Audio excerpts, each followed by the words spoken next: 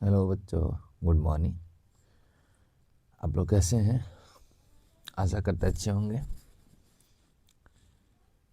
चलिए, हमने पिछले क्लास में रिकैप कर लेते हैं क्या क्या पढ़े थे। अरे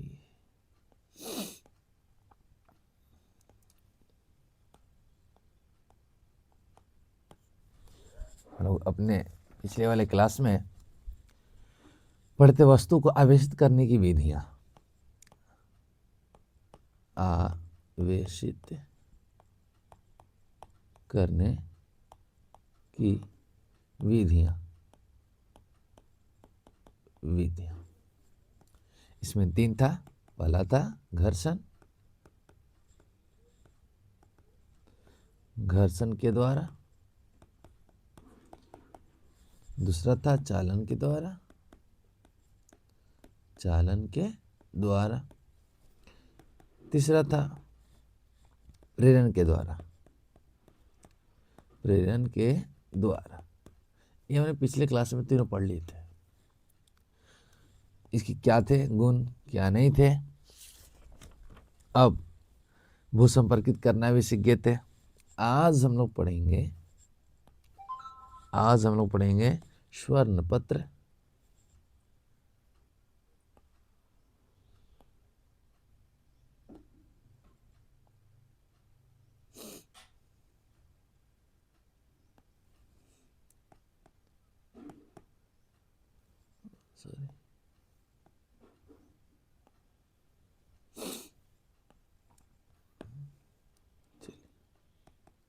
क्या पढ़ेंगे? स्वर्ण पत्र। स्वर्ण पत्र विद्युतदर्शी, विद्युतदर्शी,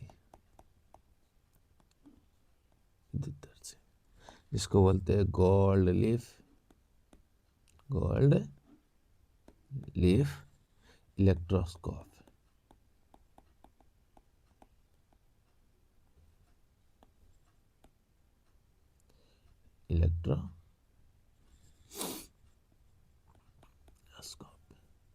आप समझेंगे कि ये स्वर्ण पत्र विद्युतदर्शी है क्या। देखिए, ये ऐसा है कि इसके चालक, एक ऊपर एक चालक प्लेट होता है और नीचे में स्वर्ण पत्र लगाया जाता है। तो चालक प्लेट पर आपका धनावेशित और ऋणावेशित दोनों होते हैं। जब किसी प्लेट के पास अगर धनावेशित छड़ को ले जाते हैं तो जितने भी धनावेशित होंगे वो क्या होता है, स्वर्ण पत्र के पास आ जाता है और स्वर्ण पत्र क्या आता है, खुल जाता है। तो लिखेंगे कि यह एक ऐसी यंत्र है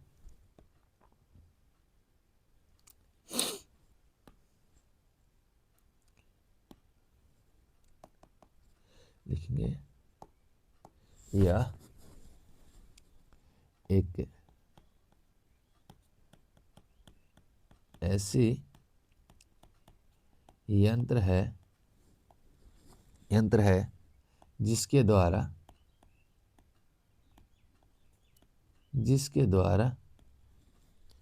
यह पता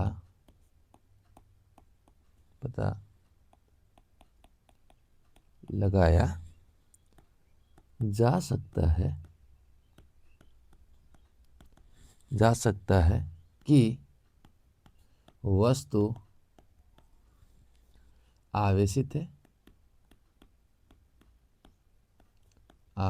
है अथवा नहीं, एवं यदि वस्तु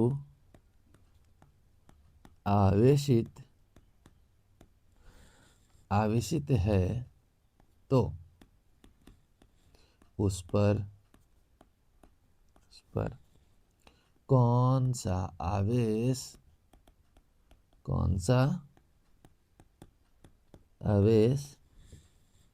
है। स्वर्ण पत्र से क्या बताता है कि अगर कोई वस्तु किसी आवेशित छड़ के पास ले आते हैं तो उसे कैसे पता करेंगे कोई वस्तु धनावेशित है या ऋणावेशित है या उस पर कोई चार्ज नहीं है। तो किसके माध्यम से पता लगाते हैं? तो स्वर्णपथ विद्युतदर्शी के माध्यम से लगाते हैं। चलिए, ये आपका एक ड्राइंग हम बनाते हैं पहले, उसके बाद आप लोग को कुछ दिखाएंगे। ये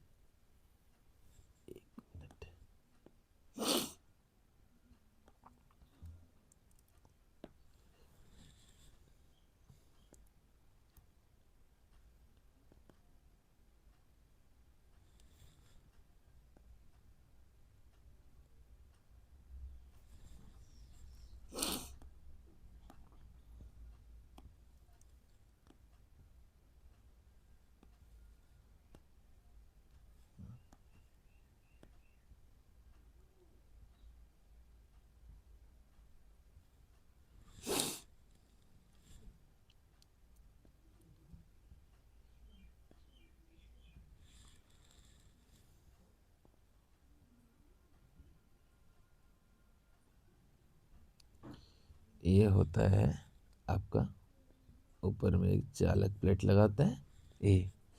ये जो दिया हुआ है ये है आपका चालक प्लेट, चालक प्लेट।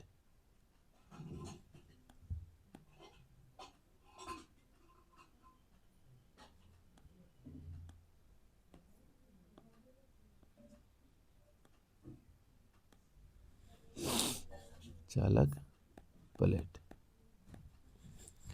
ये होता है स्वर्ण पत्र। स्वर्ण पत्र, पन्नी बोल सकते हैं या पत्र बोल सकते हैं, एक ही बात है। अब ये कैसे काम करता है तो देखिए, जब हम ये एक मेटेलिक होता है, सॉरी कांच का ये बना हुआ होता है, एक कांच का नीचे बना हुआ होता है। ये जो सतह है कांच का पारदर्शी होता है, वो आप देख सकते हैं कैसे वो काम करता है।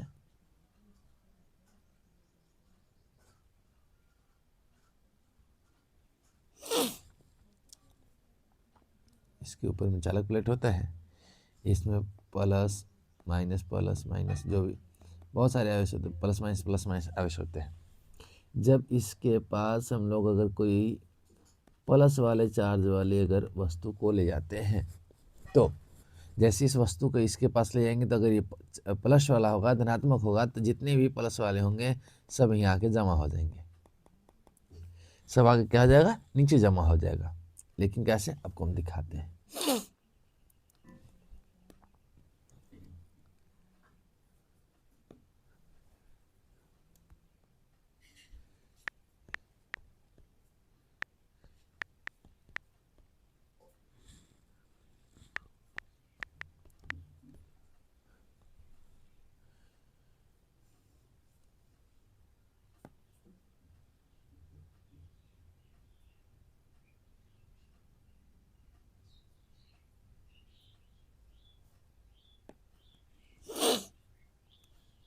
ये देखिए,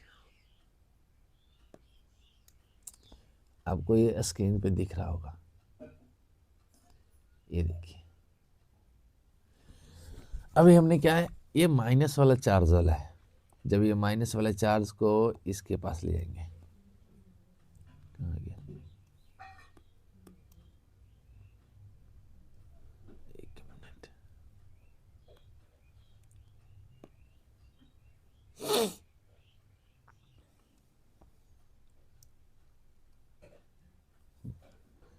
जब ये माइनस वाले चार्ज को हम लोग देखिए इसके पास जब ले जा रहे हैं, जब पास ला दे, तो ये जो नीचे में आपको दिख रहा है, नीचे में आते हुए जब ये माइनस वाले चार्ज वाले को हम लोग वहाँ से हटा रहे हैं, जब ये माइनस वाले चार्ज को ये आपके चालक प्लेट के पास ले जा रहे हैं, तो जितने भी माइनस है वो कहाँ चला गया, नीचे स्वर्ण पत्र। ये नीचे क्या है, तो स्वर्ण पत्र है।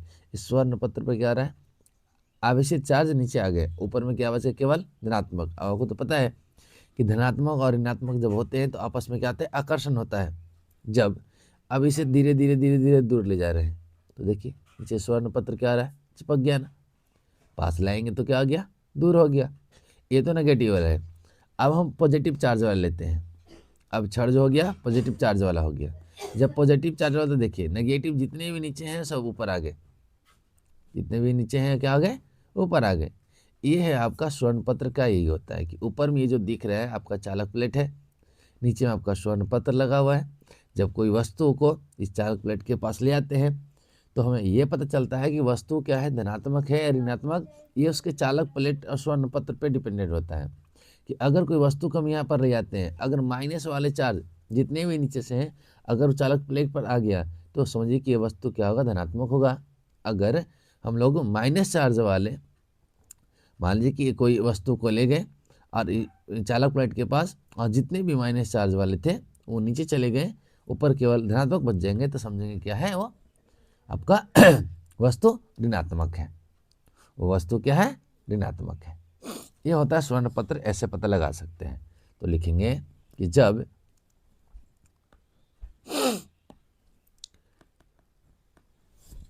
जब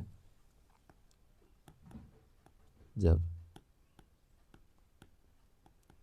जब विद्युतदर्शी के निकट कोई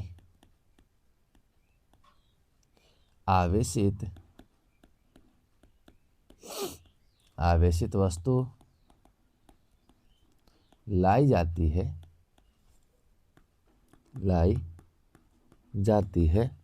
तो प्रेरण के कारण प्लेट पर विपरीत आवेश एक पन्नी विपरीत आवेश एवं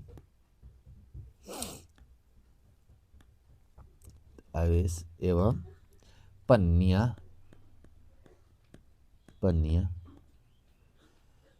पर समान आवेश आ जाते हैं एवं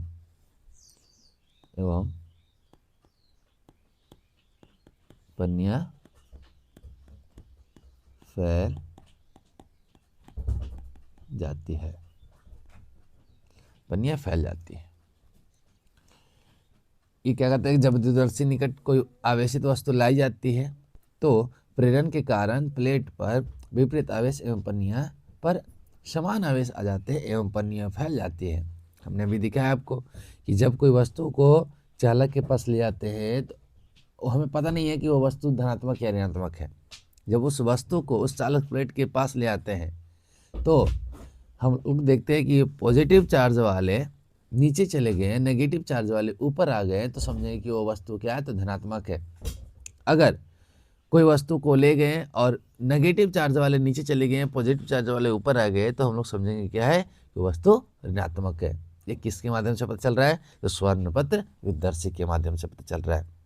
अब यहाँ पर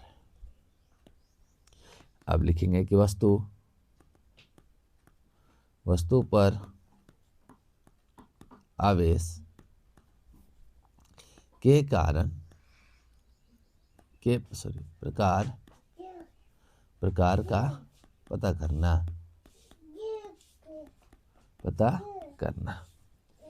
फिर से हम लोग बनाते हैं।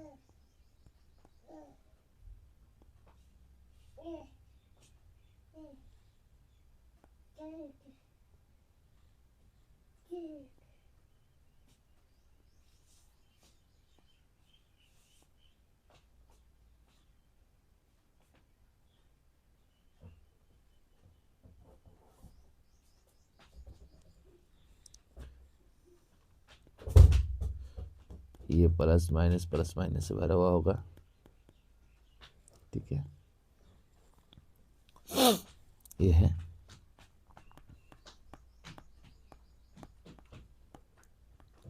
आवेशित विद्युतदर्शी।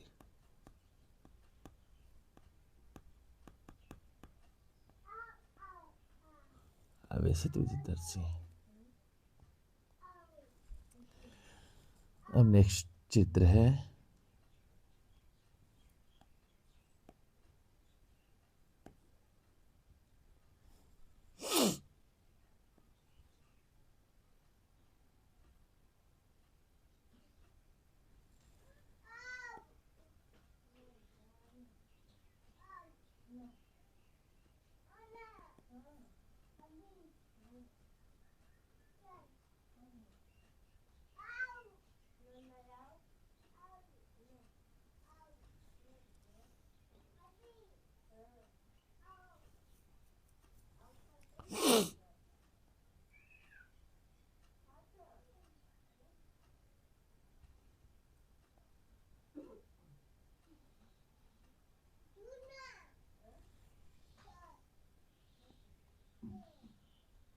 बना रहे थोड़ा अच्छा देखने के लिए, कैसे समझ में फिर आप लोग को नहीं आएगा,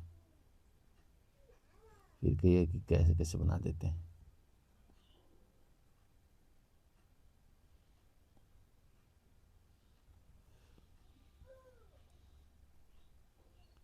आप लोग के लिए इतना तो मेहनत कर ही सकते हैं, बस आप लोग मन लगा के पढ़ा कीजिए। अब जब हमने ये इसके पास पॉजिटिव चार्ज वाले ले गए, तो जितने भी पॉजिटिव चार्ज होंगे कहाँ जाएंगे, तो इससे नीचे में इस स्वर्ण पत्र क्या जाएगा, तो इसके बीच में प्रतिकर्षण हो जाएंगे। इसके बीच क्या होगा, तो प्रतिकर्षण। तो यहाँ लिखेंगे कि पत्तियां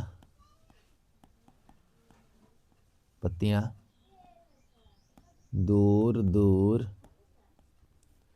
चली जाती है,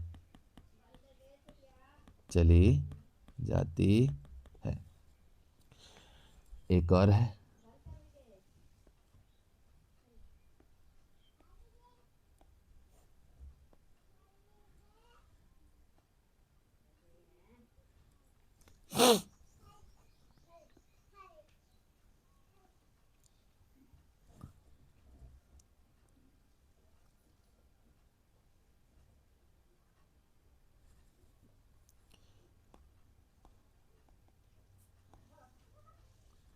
क्या होगा अगर जब हम लोग इसके पास नेगेटिव वाले चार्ज को ले जाएंगे,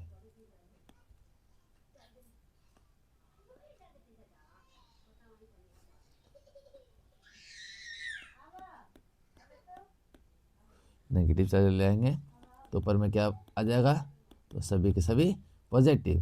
जब सभी के सभी पॉजिटिव हो जाएगा तो इसके बीच में क्या होगा, तो पत्तियां क्या लिखेंगे कि नज़दीक नज़दीक हो जाएगी, मतलब दोनों क्या आ जाएंगे, पास आ जाएंगे। तो पत्तियां क्या आ जाएगी, निकट निकट आ जाता है। अब ये तो हम लोग समझ गए कि स्वर्ण पत्र विद्युतदर्शी है क्या, इसे हम लोग क्या प्राप्त कर सकते हैं। तो कोई भी वस्तु को, कौन वस्तु नेगेटिव होगा, कौन वस्तु पॉजिटिव होगा, मतलब कौन वस्तु धनावेशित होंगे, कौन वस्तु ऋणावेशित होंगे, ये किसके माध्यम से पता चलता है, तो हमारे स्वर्ण पत्र विद्युतदर्शी के माध्यम से पता चलता है। चलिए अब आगे हम लोग पढ़ते हैं कि आवेशों के गुणधर्म होते क्या है। अब क्या पढ़ेंगे, आवेशों के गुणधर्म। अब पढ़ेंगे आवेशों के गुणधर्म।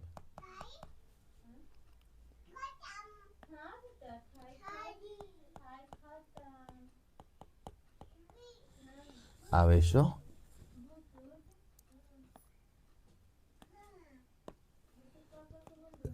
के गुणधर्म।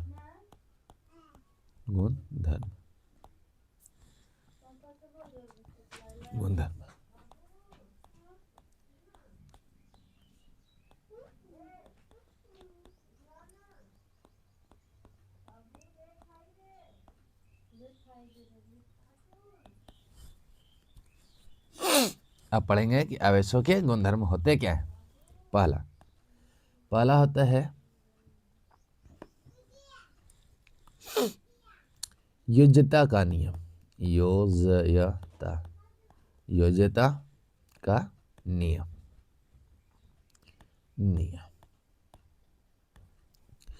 दूसरा है वस्तु की गति से स्वतंत्रता।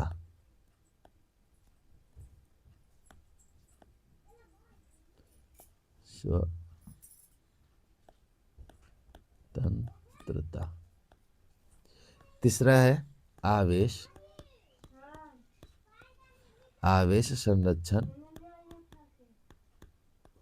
संरक्षण का नियम। चौथा है आवेशों का क्वांटीकरण।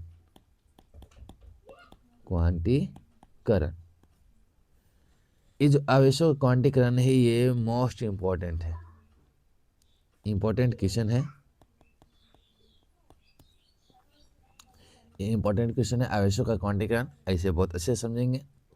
आप समझेंगे कि योज्यता का नियम क्या होता है। तो अब बात यह है कि योज्यता का नियम जो है ये बीजगणितीय युग का नियम का पालन करता है। तो लिखेंगे यहाँ पर पहला योज्यता का नियम, योज्यता का नियम।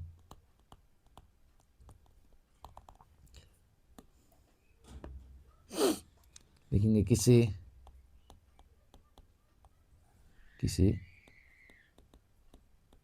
वस्तु पर कुल आवेश इस पर स्थित सभी आवेशों के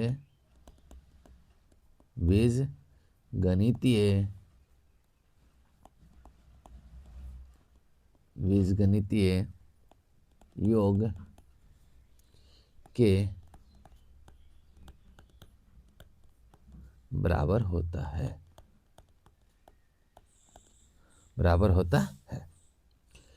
इसका फॉर्मूला होता है कि Q,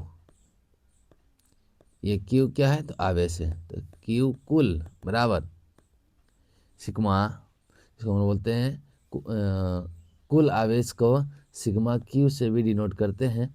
बराबर क्या लिखेंगे कि Q1 plus Q2 plus Q3 plus dot plus Qn तक। ये होगी इसकी फार्मूला। जब हम लोग योज्यता का नियम में अगर योज्यता का पूछे कि उस पर कुल आवेश कितने होंगे तो क्या लिखेंगे कि Q कुल या सिग्मा Q बराबर Q1 plus Q2 plus Q3 plus dot Qn। जैसे मान लीजिए कि कोई वस्तु है, हमने कोई वस्तु लिया, इस पर जो है 2 coulomb, 4 coulomb, 5 coulomb, -6 coulomb, -6 coulomb, 8 coulomb ऐसे दिए हुए आवेश है इस पे, इस वस्तु पर। ये लिखेंगे कि वस्तु पर आवेश, वस्तु पर आवेश। अब हम कहेंगे कि ये इस वस्तु पर कुल आवेश कितने हैं, तो क्या करेंगे सिंपल सा जोड़ कर देंगे, बीजगणितीय योग कर देंगे। क्या लिखेंगे कि Q कुल बराबर हमने क्या बताया कि Q1 plus Q2 plus Q3, 1 2 3 4 5 है ना, तो प्लस Q4 प्लस Q5। अब क्या करेंगे, अब सभी को योग कर देंगे। तो यहाँ आप लिखेंगे कि 2 coulomb plus 4 coulomb plus 5 coulomb plus 8 coulomb. अब यहाँ देखिए ये -6 है तो प्लस माइनस -6 कूलम जोड़ देंगे। 8 2 10 अब 5 4 9 तो 19 कूलम -6 कूलम। तो 19 में से 6 जाएगा तो कितना बचेगा 13। तो इस पर कहेंगे कि ये जो वस्तु है उस पर कुल कितने आवेश है, तो बोलेंगे 13 कूलम। कितने हो जाएंगे तो 13 कूलम। ये होगी हमारा आंसर। अब हम लोग पढ़ेंगे कि वस्तु की गति की स्वतंत्रता क्या है। अब एक थोड़ा समझ लेंगे बात को। अगर हम किसी वस्तु को फेंकते हैं तो क्या उसमें कोई उसके जो गति होंगे क्या उस पर कोई प्रभाव पड़ेगा उसके आवेश पर, तो नहीं। कोई भी वस्तु को अगर फेंका जाए, अगर प्रकाश के स्पीड से भी अगर फेंका जाता है तो भी वो वस्तु पर कोई प्रभाव नहीं पड़ेगा। लेकिन कोई भी वस्तु को प्रकाश के वेग से फेंकना नामुमकिन है। प्रकाश का वेग क्या होता है 3.3 × 10 की पावर 10, सॉरी, प्रकाश का वेग होता है 3 × 10 की पावर 8। लाइट होता है ना 3 × 10 की पावर 8। उतनी स्पीड से फेंकना नामुमकिन है। आप 2.999 × 10 की पावर 8 से फेंक सकते हैं, लेकिन आप 3 × 10 की पावर 8 की स्पीड से या कोई भी वस्तु को उतना स्पीड से जाना नामुमकिन है। आप किसी मूवी में भी देखे होंगे। तो चलिए दूसरा नंबर क्या था हमारा, वस्तु वस्तु की गति से स्वतंत्रता ना, गति से स्वतंत्रता।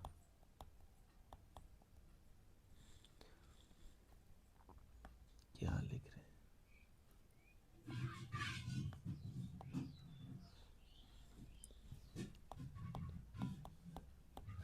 स्वतंत्रता आप लिखेंगे किसी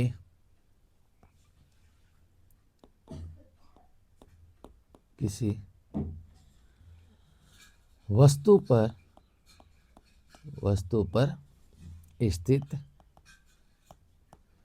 स्थित आवेश पर वस्तु की गति का कोई प्रभाव नहीं पड़ता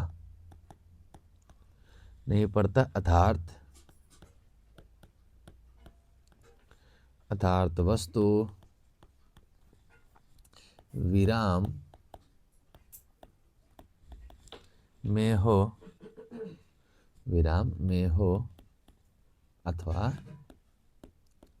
अथवा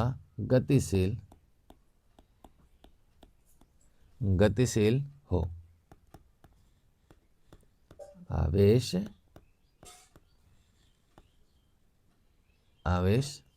वही रहेगा।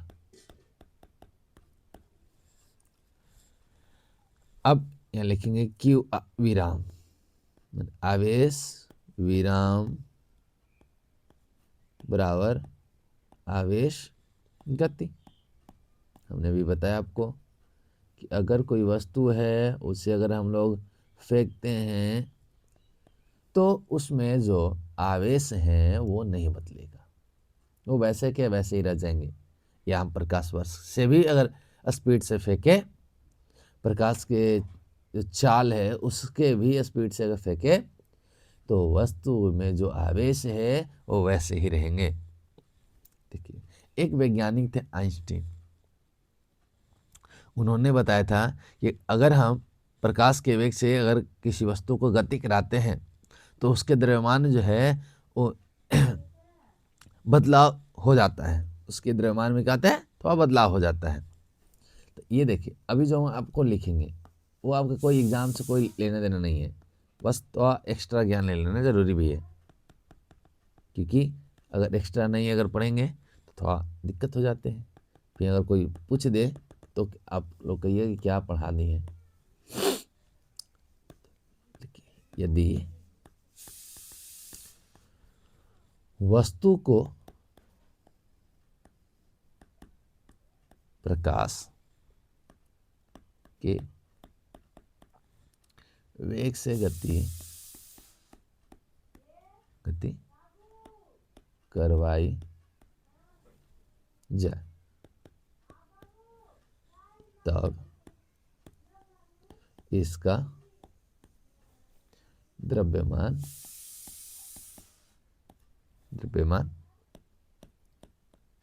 निम्न सूत्र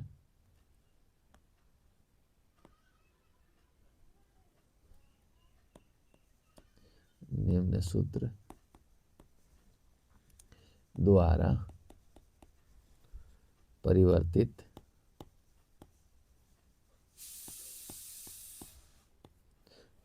होता है।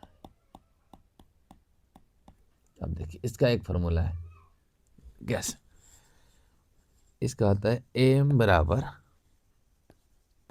m nought root under 1 minus v square बटा में c स्क्वायर।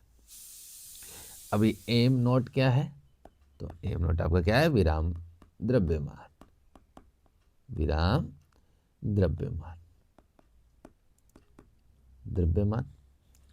v क्या है, तो v आपका वस्तु का वेग हो गया,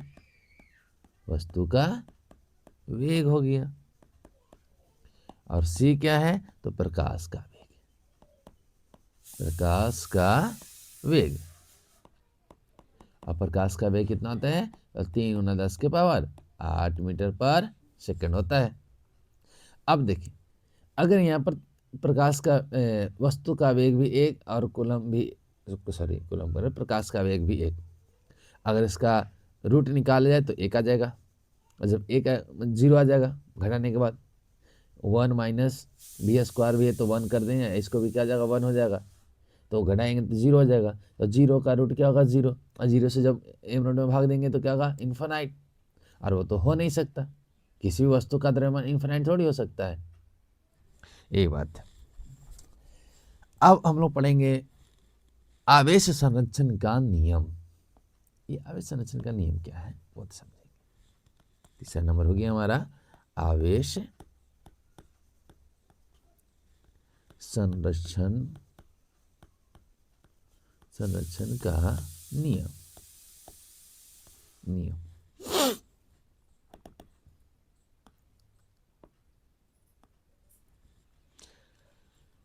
लिखेंगे आवेश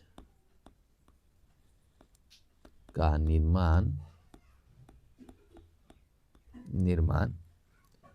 एवं विनाश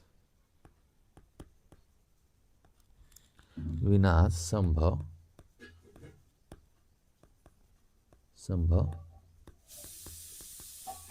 नहीं है। इसे केवल एक वस्तु से दूसरे वस्तु में स्थानांतरित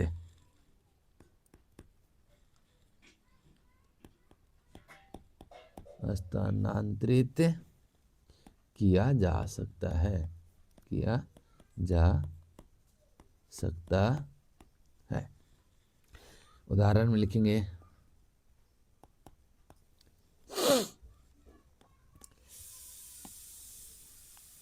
जैसे ये है इलेक्ट्रॉन, ये है एक है प्लस चार्ज, एक है माइनस चार्ज। इसे बोलते हैं गामा किरण।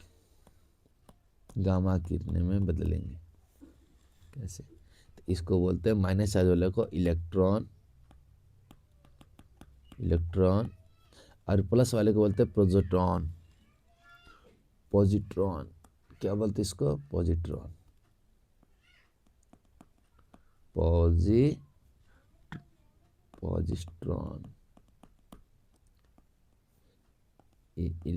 इलेक्ट्रॉन और पॉजिट्रॉन, इस पर क्या आ गया कुल आवेश। क्या होगा 0। देखिए कहता है क्या कि आवेश संरक्षण का नियम ये बताता है कि कोई भी अगर वस्तु है तो कोई वस्तु का उसमें जो आवेश होंगे उसका कोई विनाश नहीं कर सकता है और न ही कोई निर्माण कर सकता है। उसका न तो विनाश होता है और न ही क्या होता है निर्माण होता है। उसमें जो आवेश होंगे वो बस एक वस्तु से दूसरे वस्तु में स्थानांतरित हो जाएंगे। एक वस्तु से दूसरे वस्तु में क्या होंगे स्थानांतरित हो जाएंगे। जैसे यहाँ पर देख रहे हैं कि एक इलेक्ट्रॉन है, एक पॉजिट्रॉन है, और ये दोनों मिल करके क्या बना रही है तो गामा किरणें बना रही है। इस पर कुल आवेश क्या है 0 है अभी। तब कहेंगे सर यहाँ तो आवेश 0 हो गए, तो आवेश ने 0 है, हमने निर्माण तो नहीं किया, इसका विनाश तो नहीं किया है ना, हमने इसका न निर्माण किया ना इसका विनाश किया है। इसका मानी गामा किरणें पर कुल आवेश क्या आती है तो 0। अगर मान लीजिए कि गामा किरणें पर कुल आवेश अगर मान 2 होते, 4 होते, 5 होते तो क्या उसे घटा सकते हैं? नहीं। तो हम लोग आवेश का न तो निर्माण करेंगे और न ही उसका क्या विनाश करेंगे, बस एक वस्तु से दूसरे वस्तु में क्या कर लेंगे स्थानांतरित। अब एक दिमाग में आपको चल रहा होगा कि पॉजिट्रॉन क्या है, लिखेंगे पॉजिट्रॉन एक्स्ट्रा करके लिख लीजिएगा क्योंकि इसका कोई कार्य नहीं है। इसीलिए नोट करके पॉजिस्ट्रॉन, पॉजिस्ट्रॉन ये भी इलेक्ट्रॉन के जैसा ही होता है, बस इसका एक गुण होता है क्या कि प्लस चार्ज होता है बस, और कोई बात नहीं है इसमें। लिखेंगे कि यह नाभिकीय अभिक्रिया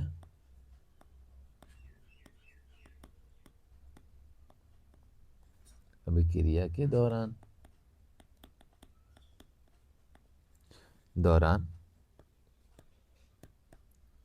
उत्पन्न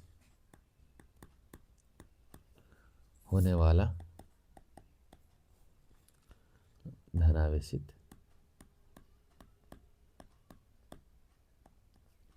धनावेशित कण है जिसका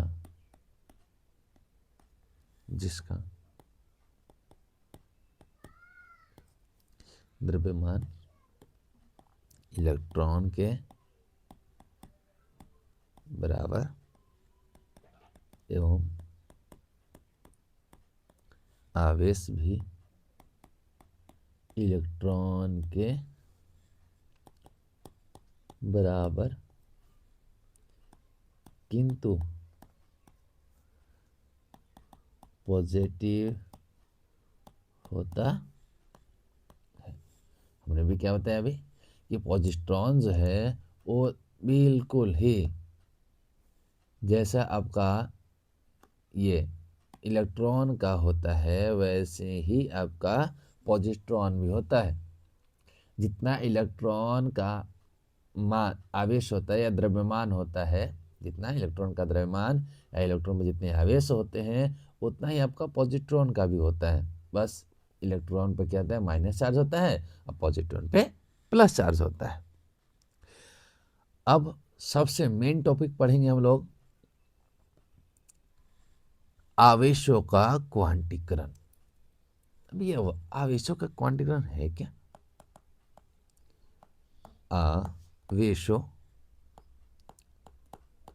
आवेशों का क्वांटीकरण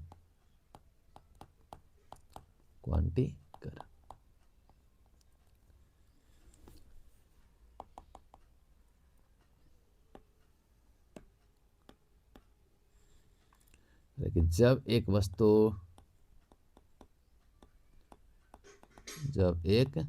वस्तु से दूसरी वस्तु में इलेक्ट्रॉन का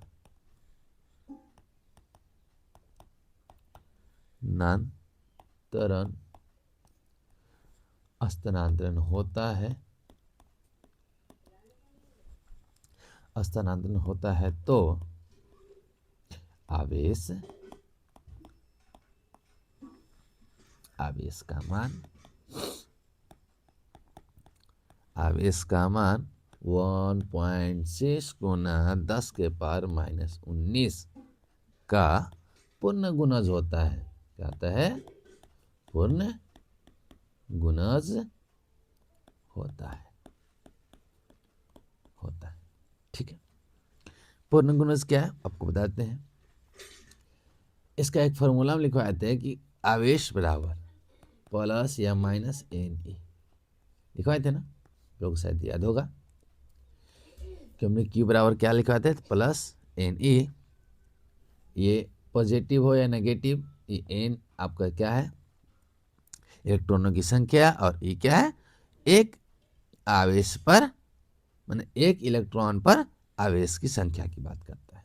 तो N क्या है यहाँ पर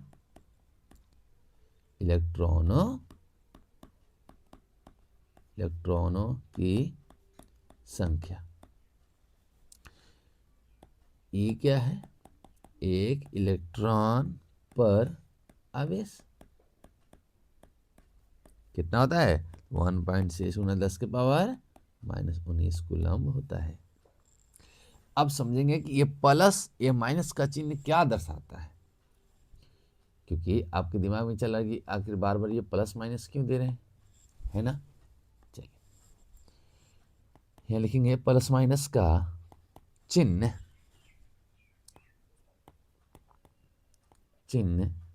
दर्शाता है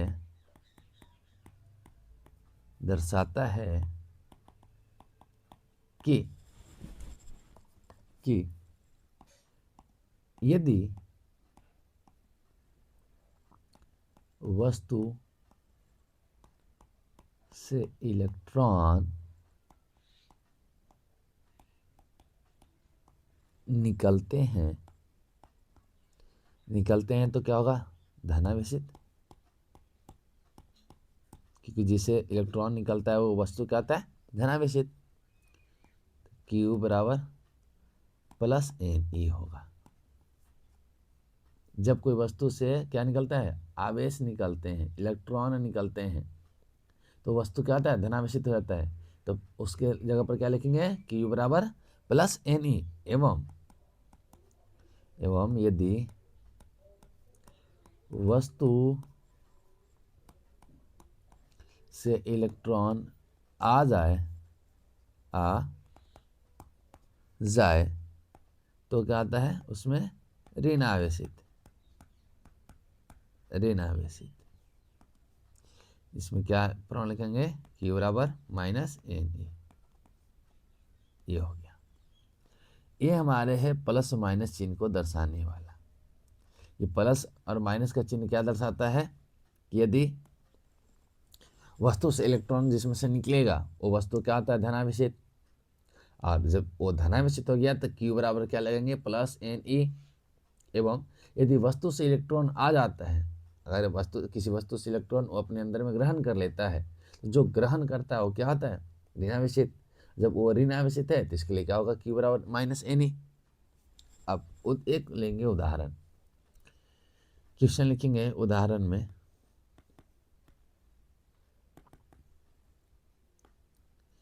यदि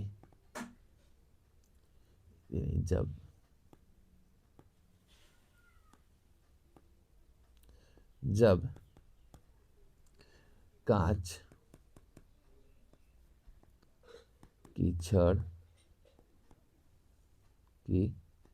छड़ को सूत के कपड़े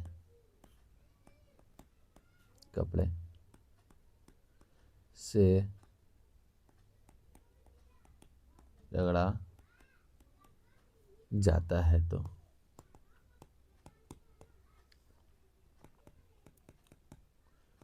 कांच से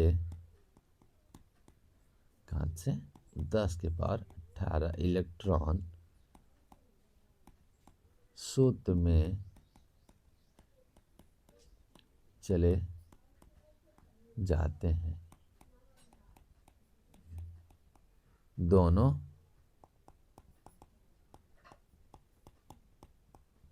वस्तुओं पर आवेश एवं इनकी प्रकृति ज्ञात कीजिए। कहता है, एक सवाल है, जब कांच की छड़ को सूत के कपड़े से रगड़ा जाता है तो कांच से 10 के पावर 18 इलेक्ट्रॉन सूत में चले जाते हैं। तो दोनों वस्तुओं पर आवेश एवं इनकी प्रकृति ज्ञात करना है। तो आप सबसे पहले ये बताइए कि कांच की छड़ है क्या? धनावेशित है या ऋणावेशित है? आपको हमने एक सारणी लिखवाए थे, वो आपको याद होगा शायद। हल तो लेकिन ये कांच की छड़ क्या है? हमारा धनावेशित है। छड़ क्या हो गया? धनावेशित। अब ऐसे कैसे? यहाँ कहते हैं कांच की छड़ को सूत के कपड़े से रगड़ा जाता है, तो कांच से कहता है, कांच कहाँ जाता है? तो सूत में जाता है। तो कांच से जा रहा है तो कांच में से निकल रहा है तो क्या होगा? धनावेशित। और सूत में जा रहा है तो क्या होगा? ऋणावेशित। तो लिखेंगे सूत का कपड़ा क्या होगा? सूत का कपड़ा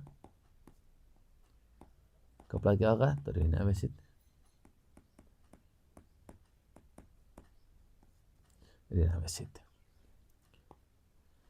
Q बराबर एन ए, कितना निकला 10 के पावर 18 गुना 1.6 गुना 10 के पावर -19 बराबर क्या जाएगा 1.6 गुना 10 के पावर -19 प्लस में 18।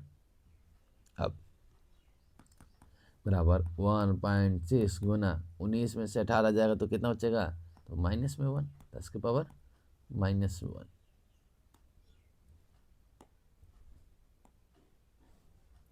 दस के पावर -1। अगर यहाँ पर हम लोग करें ये 1.6 बट्टा में 10 हो जाएगा ना, क्यों, क्योंकि अब इस चीज़ की क्या था 10 के पावर -1 है, 10 के पावर -1 तो हमने नीचे कर दिया। अब यहाँ पर दशमलव को ऊपर से हटा लेते हैं, नीचे में 10 गुना 10 कर लेते हैं। अगर 100 से भाग देंगे तो 0.16 कूलम इस पर हो जाएगा आंसर। हो गया इसका आंसर कितना। तो अब जब कांच की छड़ को सूती कपड़े से रगड़ा जाता है तो कांच से 10 के पावर 18 इलेक्ट्रॉन सूत में चले जाते हैं, तो दोनों वस्तुओं पर आवेश एवं इनकी प्रकृति, तो दोनों वस्तुओं पर आवेश कितना है, तो 0.16 यहाँ पे लिखेंगे। कांच की छड़ बराबर कितना प्लस 0.16 कूलम, और सूत पर भी कितना, तो सूत का कपड़ा बराबर -0.16 कूलम, 16 क्या होगा कूलम। कांच की छड़ पर कितना आवेश, तो प्लस 0.16 कूलम, और सूत के कपड़ा पर कितना, तो -0.16 कूलम हो जाएंगे। अब एक आपको हम सवाल देकर के जाते हैं, आपको बना के रखने हैं, बनाना है उसका। हम कल आएंगे तो आप लोग कमेंट में जांच करेंगे कि आप लोग कौन कौन से बनाए हैं और कितना आंसर आया सबका। एक वस्तु ए से ए को बी से रगड़ने पर ए पर प्लस 6.4 गुना 10 के पावर -13 कूलम आवेश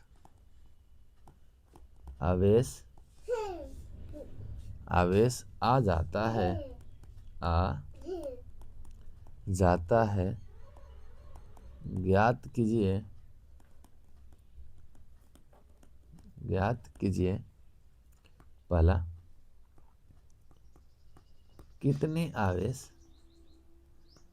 कितने इलेक्ट्रॉन ए से बी में हस्तांतरित हुए। दूसरा क्वेश्चन है कि ए व बी के द्रव्यमान में परिवर्तन कितना होगा। ये आप लोग कल बना के दिखाएंगे। ये आपका रहा HW, ये कल हम जांच करेंगे, देखेंगे कमेंट्स में कि इनके कितने कितने आंसर आए हैं। ठीक है, चलिए तो आज का इतना ही, फिर हम लोग कल मिलते हैं। अगर क्लास अच्छा लगा हो तो लाइक सब्सक्राइब करना ना भूलें, और सबसे ज़्यादा इम्पोर्टेंट बातें हैं कि शेयर करना ना भूलें, क्योंकि आप लोग का सपोर्ट ही हमें अपने आगे हिम्मत बढ़ाएगा, और ऐसे ही हम आपका सारे क्लास फ्री लेंगे, इसका कोई चार्ज नहीं, फ्री, ना कोई पेड कोर्स कभी आएगा। हाँ, हम हमेशा जब तक पढ़ाते रहेंगे तब तक हम फ्री आप लोग को क्लास देंगे, आप लोग कभी भी पैसे नहीं लेंगे। या आपका 10th का हो, या आपका 12th का हो, या आपका 11th का हो, इसमें कभी भी आपका पैसा नहीं लगेगा, हमेशा आपको फ्री पढ़ाएंगे हम। तो ठीक है, आज का इतना ही।